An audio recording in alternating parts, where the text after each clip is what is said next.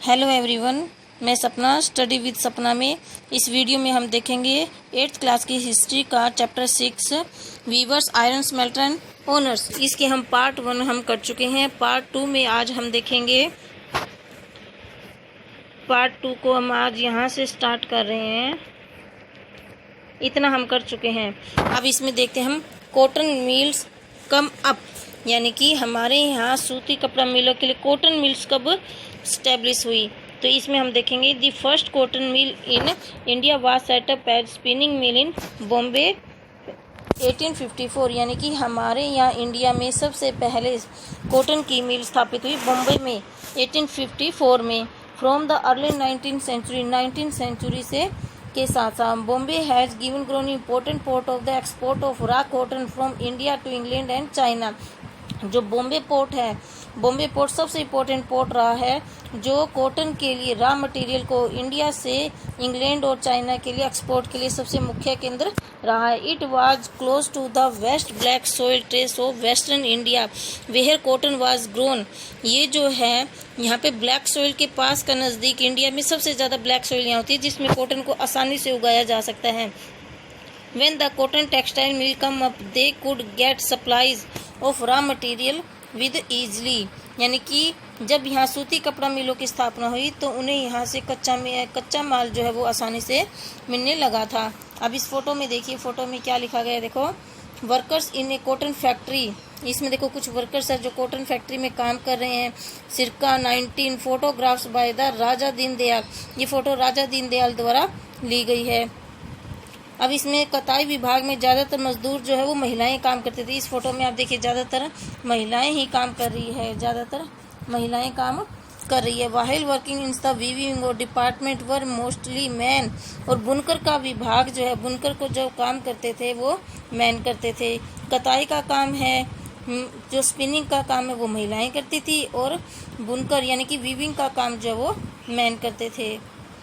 अब इसमें आगे देखते हैं हम by 19/84 मिल स्टार्टेड। अब इसमें आगे देखते हैं हम by 19/84 mill started operating in Bombay. Many of these were established by Parsi and Gujarati businessmen who had made their money through trade with China। इसका मतलब है कि सन 1900 तक आते आते मुंबई में 84 मिलें 84 मिलें स्थापित हो चुकी थी। उनमें से बहुत सारी मिलें जो है वो पारसी और गुजराती जो लोग थे उन्होंने खोली थी, और जो चीन के साथ व्यापार के लिए काफ़ी अच्छा पैसा कमा चुके थे। इनको काफ़ी मनी भी कमा चुके थे। अब आता है मील कम अप। पहले हम देखते हैं स्मेल्टिंग। स्मेल्टिंग क्या होता है, मेन पॉइंट देखते हैं। स्मेल्टिंग क्या होता है, the process of obtain a metal from rock of soil by heating to a very high temperature of a or of melting object made from metal in order to use the metal in make something new. इसका मतलब है ये इससे वह process होता है जिसमें metal को जो ना मिट्टी की मेटल यानी कि मिट्टी को इतना गर्म किया जाता है कि उसको मेटल की तरह पिघलाया जा सकता है। आज कल हम लोहार को देखते हैं ना, उस मेटल को इतना गर्म करते हैं कि उससे कोई भी नई दूसरी चीज़ बनाई जा सकती है। उस प्रोसेस को हम स्मेल्टिंग बोलते हैं। अब इसमें आगे देखते हैं mill come up the other cities too, यानी कि इस दौरान दूसरे शहरों से भी तो कारखाने आकर बसने लगे थे। The first mill in Ahmedabad was started in 1861। Ahmedabad में पहली मिल कब स्थापित हुई थी, अहमदाबाद में 1861 में। A year later a mill was establish in Kanpur. उसके बाद के एक साल के अंदर कानपुर में भी united prevents growth of cotton mills lead to a demand for labour. अगले ही साल संयुक्त प्रांत जो था कानपुर, उसमें भी एक कारखाना खुल गया था। सूती कपड़ा मिलों की बढ़ती संख्या के कारण मजदूरों की मांग भी बढ़ने लगी थी। Thousand of poor peasants artisans and agriculture labours move to the cities to work in the mill. हजारों गरीब किसान जो काश्तकार थे, जो खेती में काम करने वाले मजदूर थे, वो भी इस शहरों में की तरफ आने लगे थे। In the first view decades of its expanse the textile factory industries in India faced many problem. Starting में तो क्या हुआ, भारतीय कपड़ा मिलों को ना, इंडियन मिलों को, टेक्सटाइल को काफ़ी बड़ी समस्याओं का सामना करना पड़ा। It found it difficult to compete. सबसे पहली प्रॉब्लम क्या थी उनको, सबसे पहली प्रॉब्लम थी कम्पीट का सामना, यानी कि कंपटीशन का सामना करना पड़ा। Cheap textile improved from Britain, यानी कि जो ब्रिटेन में जो सस्ती कपड़ा मिले थी उनसे उनको सामना करना पड़ा। It most countries government supported industrialisation by imposing having duties on imports. This मैं बताती हूँ आपको। This eliminated competition and protected infant industry. The colonial government in India usually refused such protection to local industries. The first major support in the development of the cotton factory production in India. इसका मतलब यह है कि इस उद्योग को Britain से आए हुए सस्ता कपड़ों का सामना करना पड़ता था। फर्स्ट, ज़्यादातर देशों में सरकारें क्या आयात वस्तुओं पर जो कर लगाती थी, टैक्स लगाती थी, अपने देशों को वो बढ़ावा देने के लिए ज़्यादा लगाती थी। इससे कहते कंपटीशन ख़त्म हो जाता था और देशों से जो नए उद्योग लगते थे उनको भी सहायता मिलती थी। The first major support, the major sprout in the development of cotton factory production in India. सबसे पहले क्या हुआ था, भारत में जो औपनिवेशिक गवर्नमेंट जो थी आमतौर पर इस तरह की सुरक्षा नहीं देती थी। देयरफॉर इसीलिए क्या हुआ, भारत में औद्योगिक सूती वस्त्रों की जो पहली बड़ी लहर प्रथम विश्व युद्ध के समय में थी वो सबसे ज़्यादा आई थी। प्रथम विश्व युद्ध के समय कहते थे फर्स्ट वर्ल्ड वॉर जो हुआ था, the first major sprout in development in cotton factory production in India. जब फर्स्ट वर्ल्ड वॉर हुआ था ना, उस समय कॉटन इंडस्ट्रीज का जो हमारे इंडिया में महत्व बड़ा लगा था। Therefore was during the first world war में व्हेन जब टेक्सटाइल इंडिया ब्रिटेन की जो टेक्सटाइल थी वो डिक्लाइन कर रही थी, इतना कपड़ा उत्पादन नहीं कर रही थी कि वो ब्रिटेन की और उनकी सारी डिमांड पूरी कर सके, क्योंकि वो उस टाइम पे युद्ध में लगी हुई थी।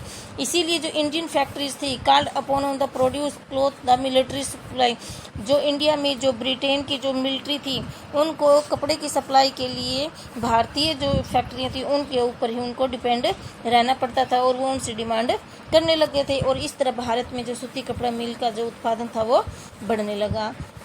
फिर हमारा नेक्स्ट टॉपिक आता है the sword of Tipu sultan and sword steel, यानी कि जो टीपू सुल्तान की तलवार है, स्वॉर्ड होता है तलवार, ठीक है, और जो वुड स्टील था उसके बारे में बताया गया। वुड स्टील ऐसा स्टील होता है जिसको हम कितने भी हजारों साल तक उसको अगर उठा के रखते हैं तो उसमें कोई डिफॉल्ट नहीं आता, कोई वो ख़राब नहीं होती। ऐसी टीपू सुल्तान के पास तलवार थी। We begin the story of Indian steel and iron metallurgy by recounting by famous story of Tipu Sultan who ruled Mysore till 1799, fought for war with the British and died fighting with his sword in his hand. इसमें क्या है, भारतीय इस्पात जो Indian steel और iron मिलकरी था ना, जो कला थी उसको हम इस कहानी में टीपू सुल्तान की स्टोरी से हम बताते हैं। टीपू सुल्तान जिसने राजा किया था, मैसूर पर शासन किया था, जिसने 1799 ईस्वी में तक 4 बार ब्रिटिश लोगों से युद्ध किया था। इस तलवार को हाथ में लेकर 4 बार उसने अंग्रेजों से लड़ाई लड़ी थी और लड़ाई करते करते वह मर गया था। Tipu legendary sword the now part of valuable collections in museum in England.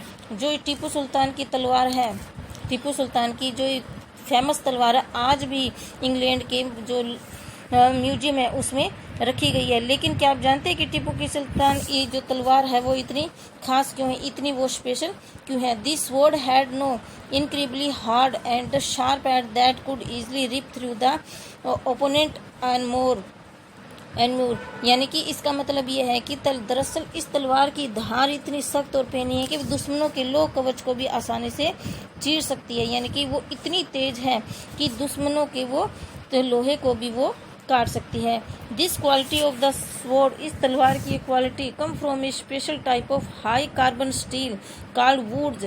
जो ये स्पेशल क्वालिटी है तलवार की, जो ये स्पेशल क्वालिटी रही है तलवार की, special type of high carbon steel से बनाई गई, जिसको हम स्वॉर्ड्स बोलते हैं। This was produce all the South India में स्वॉर्ड स्टील बनता है। When the made into sword produce a very sharp edge with the following water pattern, यानी कि जो पूरे दक्षिण भारत में बनाया जाता है। इस वुड स्टील की जो तलवारें बहुत पैनी और लहरदार होती है और इनकी बनावट लोहे के गड़े कार्बन के बाद सूक्ष्म कणों से पैदा होती है, यानी कि छोटे छोटे कार्बन से मिलकर बनाई जाती है। कार्बन जो छोटा छोटा कार्बन होता है उससे मिलकर बनाई जाती है ये लोहा, उससे ये तलवार बनाई गई है। फिर आता है फ्रांसिस जो था बुकमैन, फ्रांसीसी जो था Buchanan, who turned through Mysore in 18th century, a year after Tipu Sultan's death, has left as an account of technique by which wrought steel was produced in many hundreds of smelting friends इन मैसूर। इसका मतलब यह है कि टीपू सुल्तान की मृत्यु के एक साल बाद, टीपू सुल्तान की एक साल के बाद यानी कि 1800 ईस्वी में क्या हुआ था, मैसूर की यात्रा करने वाले फ्रांसिस बुकानन थे। उन्होंने इस बात के बारे में बताया कि मैसूर में सैकड़ों पर जो भट्टियां थी वुड स्टील की इस तरह बनाई जाती थी।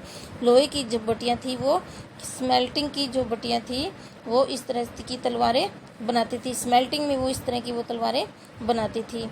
फिर आते in this furnace iron was mixed with the coracle and put inside small clay pots।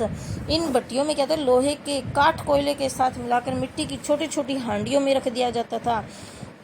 ठीक है। Through and in create control of temperature the smelting producer steel इग्नोट that were used of sword making not just in India but in west and central Asia to.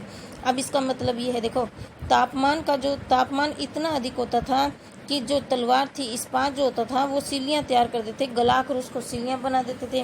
न केवल भारत बल्कि पश्चिम मध्य Asia में भी तलवार बनाने के लिए इस्तेमाल किया जाता था। यानी कि ये जो स्टील है, स्वॉर्ड जो स्टील है उसका कहाँ यूज किया जाता, न केवल भारत में बल्कि सेंट्रल एशिया में भी उसका यूज किया जाता था। फिर आते वुड इन एन एंगलाइज्ड वुड जो है वो वुड एनालाइज्ड वुड जो शब्द है वो किससे लिया गया, हमारा variation of Kannada word ukku जो शब्द है उससे लिया गया है। Telugu hukku and Tamil Malayalam urukku meaning steel. उक्कू हुरुक्कू तमिल में मलयालम शब्द उरुक्कू यानी स्टील का ही बिगड़ा हुआ अंग्रेजी रूप है। अब Indian sword steel fascinated European scientist mechanical French day, यानी कि भारतीय वो स्टील ने भारतीय वैज्ञानिकों को काफ़ी आकर्षित किया है, काफ़ी अट्रैक्टिव किया है। फिर आता है दी लिग्नरी साइंटिस्ट, उनको आकर्षित किया है। फिर आता है spent 4 years study the properties of Indian woods 1822 however the wood steel making process which was so widely known in South India। अब ये कहता है जो साइंटिस्ट थे वो जो बिजली और विद्युत चुंबक का आविष्कार करने वाले थे, कौन, माइकल फेराडे ने। कौन था, माइकल फेराडे। अब इसमें मैं बताती हूँ आपको माइकल फेराडे। ये देखिए मैंने बताया था आपको माइकल फेराडे, ये है माइकल फेराडे जिसने इलेक्ट्रिसिटी का, बिजली का, चुंबक का इसने आविष्कार करने वाले थे। उन्होंने इनकी विशेषताओं को 4 साल तक अध्ययन किया, 4 साल तक इस पर सर्वे किया 1818 से 22 तक। परंतु दक्षिण भारत में इतनी प्रचलित वुड जो स्टील प्रक्रिया थी 19वीं शताब्दी के मध्य आते आते वह लुप्त हो चुकी थी।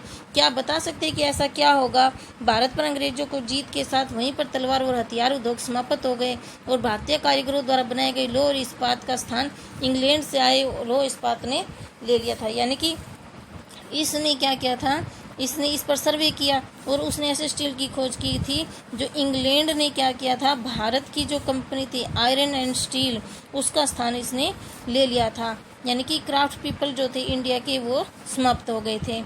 फिर आता है अबोंडेड फ्रेंड्स इन विलेज, यानी कि गांव की उजड़ी भट्टियाँ जो फ्रेंड्स थी, जो भट्टियाँ थी गांव की वो उजड़ गई थी, अबोंडेड हो गई थी। क्यों, ऐसा क्या हुआ था। फिर आता है इसमें जो आता है production of would steel required A high specialist technique of refining iron, यानी कि वुड स्टील था वो उसकी जो ज़रूरत थी, वुड स्टील की जो रिक्वायरमेंट थी वो तकनीक के लिए आज की टेक्निक को यूज करके नहीं थी। But iron smelting in India was extremely common till in the end of 19th century, लेकिन भारत में 19th सेंचुरी के अंत तक लोहे का जो गलाने की प्रक्रिया थी एक सामान्य विधि थी और आज के टाइम में जो वो नई टेक्निक वो चाहते थे। फिर खास तौर पे क्या हुआ इन बिहार एंड सेंट्रल इंडिया में, बिहार और मध्य भारत में हर जिले में प्रगलन कारीगर जो थे बिहार और सेंट्रल इंडिया में पार्टिकुलरली एवरी डिस्ट्रिक्ट, प्रत्येक डिस्ट्रिक्ट में smelter that use local deposit to ore to produce iron which was widely use for the manufacture of implement and tool of daily use. इसका मतलब मैं बताती हूँ आपको। जैसे बिहार और मध्य भारत के हर जिले में क्या होते ऐसे प्रगलन, ऐसे कारीगर थे जो लोहा बनाने के लिए लोहा यस्क के भारतीय भंडारों का इस्तेमाल करते थे, यानी कि वो लोकल चीज़ें यूज करते थे। ठीक है, लोकल चीज़ें यूज करने में विश्वास करते थे। फिर आता है the furnaces were most often built a clay and sun dried bricks. जो फ्रांसिस थे, जो कारीगर थे, जो भट्टियाँ थी, भट्टियों में क्या करते थे लोग, भट्टियों में ज़्यादातर भट्टियाँ क्या थी, मिट्टी और धूप में सुखाई गई ईंटों से बनी होती थी। किसकी बनी होती थी भट्टियाँ? सनड्राई और कले की बनी होती थी। Smelting was done by man and वाहिल women work were the below. जिसमें लोग क्या करते थे, काम पुरुष करते थे, गलाने का काम पुरुष करते थे, जबकि महिलाएं धोकनी चलाती थी और वे कोयले को लगातार ढकने के लिए, कोयले को लगातार जलाने के लिए उसमें हवा भरती रहती थी। क्लियर है? अब इसमें आगे हम देखते हैं, इसमें आगे ये देखिए a village in central India where the Agaria a community of iron smelter and lived. अब इसमें क्या होता है कि एक गांव दिखाया गया मध्य भारत का, सेंट्रल इंडिया का एक मध्य भारत का गांव दिखाया गया अगरिया। क्या नाम है इस गांव का? Agaria. Community for iron smelter, जो कौन सी कम्युनिटी है? आयरन स्मेल्टर, आयरन को स्मेल्ट करने वाली से बिलीव करती है। फिर some communities like the Agaria specialist in the craft of iron smelter, यानी कि अगरिया जैसे कुछ समुदाय वाले लोग हैं ना, वो आयरन और स्टील को लोहा बनाने में वो माहिर होते थे, स्पेशलिस्ट होते थे। In the late 19th century के आखिर में क्या हुआ, a serious family devastated the dry trades of India, यानी कि अकाल की स्थिति में वो आ गए थे। इन central India smelter stopped work, central India में जो क्या था, मैंने और अजीरिया में लोग क्या थे, उन्होंने काम करना बंद कर दिया था। Decrease the village and migrate, और लोग क्या हो गए थे, डिजर्टेड हो गए थे और माइग्रेट करने लगे थे। Looking of some other of work survive, यानी कि वो काफ़ी समय से सर्वाइव कर रहे थे। A large number of them never work there furnaces again, और वो क्या सारे लोग जो थे दोबारा भट्टियों में काम नहीं करना चाहते थे, उन्होंने नहीं चलाई थी फर्नेसेस, दोबारा नहीं चलाई। फिर कहता by the late 19th century के आखिर तक आते आते क्या हो गया था, the craft of iron smelter जो थे ना, वाज इन डिसलाइन, वो ख़त्म हो गए थे।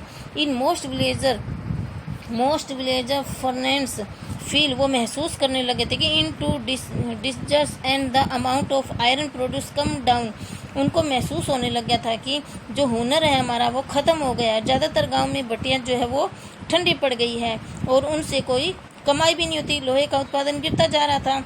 ऐसा क्यों हुआ, ये क्वेश्चन हमारा आंसर उठता है कि ऐसा क्यों हुआ।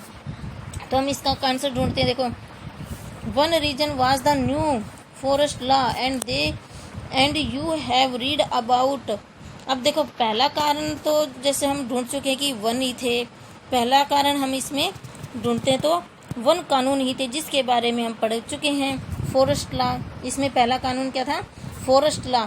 When the colonial government prevented people from entering the reserved forest, how could the iron smelter find wood of charcoal? अब जैसे इसमें कानून के अकॉर्डिंग क्या था, जब सरकार ने आरक्षित वन उन्होंने अपने वन अंडर में ले लिए थे, लोगों के जो एंट्री थी उन्होंने बंद कर दी थी। लोहा बनाने के लिए उनको लकड़ी, लोहा पिघलाने के लिए उनको लकड़ी की चाहिए थी, यानी कि फाइन वुड उसको लिए चाहिए थी, चारकोल के लिए चाहिए थी उनको, तो लकड़ी कहाँ से मिलती उनको। Where could they got iron और, तो वे आयरन और कैसे बनाते। ठीक है, फिर आता है defining forest law. They often entering the forest secretly and collected would. One कानूनों को अगर वो नज़रअंदाज करते हुए अगर चोरी छुपे चले भी जाते, जंगलों में जाकर लकड़ी इकट्ठे कर भी लाते थे, परंतु लंबे समय तक केवल इसी तरह अपना कारोबार जारी नहीं रख सकते थे। इस प्रकार लंबे समय तक वो अपना काम नहीं चला सकते थे। Their occupation not based on for long, लंबे समय तक नहीं चला सकते थे। Many gave up their craft, उन्होंने अपना ये क्राफ्ट छोड़ना पड़ा। Looking for other the means of livelihood, और अपनी आजीविका चलाने के लिए उन्हें कोई दूसरा साधन ढूंढने लगे। In some areas of government did grant access to the forest, कुछ दूसरे एरिया में जो थी ना वो गवर्नमेंट ने उनको ग्रांट यानी कि परमिशन दे दी थी अंदर जाने के लिए, जंगल के लिए ग्रांटेड कर दिया था। But the iron smelter had to pay a very high tax to forest department for every furnace they use, लेकिन उनको अपनी भट्टियों को यूज करने के लिए, भट्टियों को चलाने के लिए क्या होता था, उनको जो लकड़ी चाहिए थी, लकड़ी लाने के लिए उनको काफ़ी टैक्स देना पड़ता था, हाई टैक्स देना पड़ता था। दी रिड्यूस देयर इनकम, जो उनकी इनकम के अंडर में नहीं आता था, जो उनकी इनकम से वो है कम पड़ जाता था। Moreover, by the late 19th century, iron and steel was belonging imported for Britain. 19th century क्या होता, ब्रिटेन से लोहे और इस्पात, आयरन एंड स्टील क्या होती, इंपोर्ट होने लगी थी, वहाँ से आने लगी थी। और जो आयरन स्मिथ थे, इंडिया के आयरन स्मिथ यानी कि जो इंडिया के आयरन स्मिथ लोहार थे, began using the import iron, import किए हुए आयरन को यूज करने लगे थे मैन्युफैक्चर में। अनस्टेंसिल एंड इम्प्लेसमेंट यानी कि वो इस्तेमाल करने लगे थे, उनकी मांग कम होने लगी। This inevitable lower the demand for iron produce, जो आयरन प्रोड्यूस किया जाता था उसकी डिमांड क्या है वो कम होने लगी थी। लोकल स्मेल्टर की भी डिमांड कम होने लगी। By the early 20th century the artisans producer iron and steel faced a new competition, और जो 20th सेंचुरी के आते आते तक लोहे और आयरन की जो बनाने वाले जो कारीगर थे, एक नई और समस्या आके खड़ी होगी, एक और नई चुनौती आके सामने खड़ी होगी, उनको कंपटीशन का सामना करना पड़ा। फिर नेक्स्ट पढ़ते हैं हम, iron and steel factories come up India. अब इंडिया में आयरन एंड स्टील कंपनी कब आई भारत में, उसका उदय कब हुआ। अब इसमें देखो, the year was 1904 in the hot month of April, यानी कि अप्रैल के महीने में, साल था इसका 1904, अप्रैल का महीना साल 1904। Charles weld an American geologist था, एंड डोरोजी टाटा, क्या था ये, दारोजी टाटा जो थे, दोराबजी डाटा, क्या नाम इसका, Dorabji Tata the earlier son of the Jamshedji Tata, और जो उनका बेटा था उनका नाम था Jamshedji Tata. Was travelling in Chhattisgarh in search of iron deposit, इन्होंने छत्तीसगढ़ में आयरन डिपॉजिट की जो थी उसकी उन्होंने रिसर्च करी, उनको उन्होंने तलाश की। कौन था, American geologist and Dorabji Tata, and उनका एल्डेस्ट बड़ा सन बेटा था Jamshedji Tata. They had spent many months on a closely venture looking for source of good iron ore to set up a modern iron and steel plant in India. अब भारत में एक modern lower इस्पात कारखाना लगाने के लिए इनकी तलाश में कई महीनों तक काफ़ी सारा पैसा खर्च कर चुके थे। Jamshedji Tata had decided to spend a large part of his fortune in build a big iron steel industries in India. Jamshedji Tata ने भारत में बड़ा लोह इस्पात कारखाना लगाने के लिए अपनी जो मनी थी उसका बहुत बड़ा खर्च उन्होंने तैयार किया। But this could not be done without identify the source of fine quality iron और, लेकिन इसकी पहली शर्त ये थी कि जो लोहा आयरन का भंडार पता लगा लिया जाए, यानी कि इनकी पहली डिमांड क्या थी, नहीं यानी कि पहले हम इसके सोर्स का पता लगाएंगे। किसका पहला पता लगाएंगे, सोर्स का, आयरन और की जो क्वालिटी है उसके अकॉर्डिंग हम सोर्स का पता लगाएंगे। फिर one day after travelling for many house, एक दिन क्या हुआ, वो काफ़ी घंटों तक ट्रैवलिंग के बाद जंगल में उन्होंने काफ़ी ट्रैवलिंग की। Weld and Dorabji come upon a small village, found a group of man and women carrying basket loads of iron ore. गांव के में एक छोटे से गांव में पहुंचे, जहां उन्होंने देखा कि कुछ स्त्री पुरुष जो है ना टोकरियों में भरकर लोहा लेकर जा रहे हैं, ठीक है, तो लोकर लेकर जा रहे थे। पीपल वर ऑफ अजीरिया, ये लोग कौन थे, अजीरिया थे। When asked where they had found in iron, तो जब उन्होंने उनसे पूछा कि ये आयरन और आप कहाँ से लेकर आए हो, तो अजीरिया पॉइंट ने बताया कि वो एक पहाड़ी से लेकर आए हैं। वेल एंड दाराबजी रिचर्ड द उन्होंने वो कुछ समय के बाद वो वहाँ पर उसी समय पहुँचे। After the excuse the track through dense forest, उस जंगल को छोड़कर वो तुरंत उस पहाड़ी पर पहुँचे। On exploring the hill and geologist declare, उन्होंने जियोलॉजिस्ट से डिक्लेयर कराया कि they lead to least found when they had been looking for, यानी कि करने के बाद पहाड़ी पर पहुंचे। पहाड़ी का अध्ययन करने के बाद वेल्ड ने बताया कि उन्हें जिस चीज़ की तलाश थी वो तो मिल चुकी है। हाँ, मिल चुकी है। रजारा पहाड़ी, उस पहाड़ी का क्या नाम था? रजारा। रजारा जो पहाड़ियाँ दुनिया की सबसे बेहतरीन लो ऐसे की पहाड़ी है। फिर उन्होंने बताया but there was a problem, लेकिन यहाँ पर भी एक समस्या है। द रीजन वाज ड्राई, यह जो एरिया है वो सूखा है। Water necessary for running the factory, जो कारखाना चलाने के लिए हमें पानी वह नहीं मिलेगा। वाज नॉट बी फाउंड, पानी नहीं है। The Tatas had to continue their search for a more suitable place to set up their factory. अब जो टाटा जी थे ना, उन्होंने फैक्ट्री लगाने के लिए सभी जगह टाटा की तलाश जारी की। अगरिया जो थे, however the Agaria helped in the discovery of a source of iron ore, Agaria लोग जो थे उन्होंने आयरन ओर की सर्च में उनकी हेल्प की। That would later supply the Bhilai steel plant, और उनकी सहायता से उन्होंने भिलाई स्टील संयंत्र, भिलाई स्टील का वो इंडस्ट्री की उन्होंने स्थापना की। एक कुछ ही समय के बाद, कुछ सालों के बाद, a large area of forest was cleared on the bank of the river of स्वर्ण रेखा जो नदी, एक कुछ समय के बाद, कुछ सालों के बाद उन्होंने क्या किया, एक जंगल को साफ किया। उन्होंने स्वर्ण रेखा नदी के किनारे उसको उन्होंने साफ किया। To set up the factory को स्थापित करने के लिए। एंड इंडस्ट्रियल टाउनशिप जमशेदपुर, और उन्होंने इंडस्ट्रियल टाउनशिप यानी कि उन्होंने एक नगर स्थापित किया, नगर उद्योगों का एक नगर स्थापित किया Jamshedpur.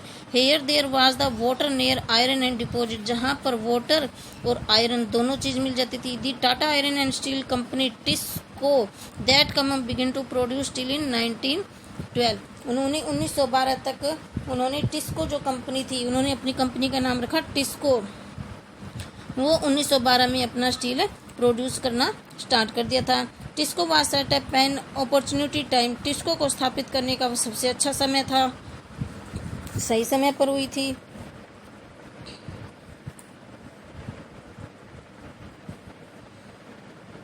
Okay, all through the late 19th century के अंत तक India was imported steel that was the manufacture in Britain. आमतौर पर ब्रिटेन में स्टील कंपनी क्या है वो निर्यात कर रही थी, उस टाइम पे इंडिया इंपोर्ट कर रही थी। Expression of the railway in India, India में जो रेलवे का विस्तार बढ़ता जा रहा था उससे ब्रिटेनी जो आदमी थे वो इंडिया में रेलवे बनाते जा रहे थे, इससे स्टील की डिमांड बढ़ती जा रही थी। Had proved A hug market for rail that Britain produce for a long while Britain experts in India railway were unwilling to believe that good quality steel would be produced in India। Bharat में railway के विस्तार की वजह से Britain में बनी पटरियां भी भारी मांग कर रही थी। काफ़ी समय तक भारतीय रेलवे से जुड़े अंग्रेज विशेषज्ञ यह मानने को तैयार ही नहीं थे कि भारत में श्रेष्ठ इस्पात का संभव है। By the time TISCO was set up the situation was changing, जब तक टिस्को की स्थापना हुई तब तक हालात बदल चुके थे। 1914 दी फर्स्ट वर्ल्ड वॉर जब हुआ था, ब्रेकआउट हुआ था, steel produce in Britain now had to melt demands of war in Europe. जब 1914 में पहला विश्व युद्ध हुआ तो ब्रिटेन में बनने वाले जो इस्पात था, आयरन था, वो यूरोप में युद्ध की आवश्यकताओं को पूरा करने के लिए पूरा हो जाता था। सो इम्पोर्ट ऑफ ब्रिटेन स्टील, जो इम्पोर्ट किया जाता था ब्रिटेन से स्टील इनटू इंडिया की तरफ किया जाता था, वो डिस्लाइन हो गया था, कम हो गया था। और तो इंडियन रेलवे टर्न चल रही थी टिस्को फॉर सप्लाई, तो इंडियन रेलवे को जो आयरन स्टील की सप्लाई किसने की थी? टिस्को ने की थी,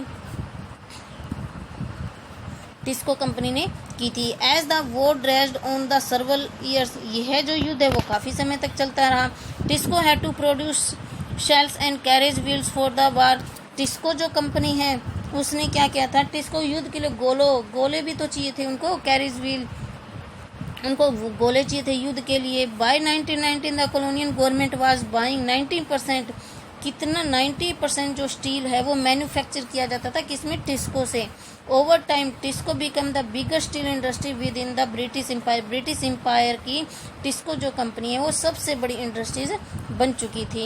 in the case of iron and steel as the case of cotton textile industries. Explanation occurred only when British imports into India declined and the market for Indian. सूती कपड़े की तरह जो कॉटन टेक्सटाइल थी उसकी तरह आयरन एंड स्टील कंपनी भी जो थी तभी शुरू हुई जब ब्रिटेन में आयात कम होने लगा था। ब्रिटेन से जो है वो आयात इंपोर्ट कम होने लगा था और भारतीय वस्तुओं की मांग जो है वो बढ़ने लगी थी। और ये जब संभव हुआ जब हमारी फर्स्ट वर्ल्ड वॉर हुआ था, उसमें ब्रिटेन लोगों को काफ़ी नुकसान हुआ था और वो भारत में सामान को कम भेजने लगे थे, वो खुद ही यूज़ करते थे। This happen during the first world, ये देखो जो अभी मैंने बताया कि ये तब हुआ जब फर्स्ट वर्ल्ड वॉर हो रहा था, उसके बाद ये संभव। The nationalisation movement development and the industrial class become stronger, और उसके बाद क्या हुआ था, राष्ट्रीयता की भावना भी जागृत हुई और स्ट्रोंगर भी हुई। क्या? The demand of government protection from become leaders struggling of retain of control over India. तो जो राष्ट्रीय आंदोलन विकसित हुआ, औद्योगिक जो वर्ग था वो ताकतवर हो गया, उनकी मांग बुलंद हो गई और भारत पर अपना नियंत्रण बनाए रखने के लिए वो ब्रिटिश सरकार से लड़ाई करते रहे आखिर दम तक। उनकी जो डिमांड थी इन द लास्ट में डिसाइड द कॉलोनियल रूल, उनकी मांगे आखिर दशक तक उनकी मांगे बढ़ती रही भी हमें आज़ाद करो, हमें आज़ाद करो। वो अपने आप पर स्टेब्लिश हो चुके थे।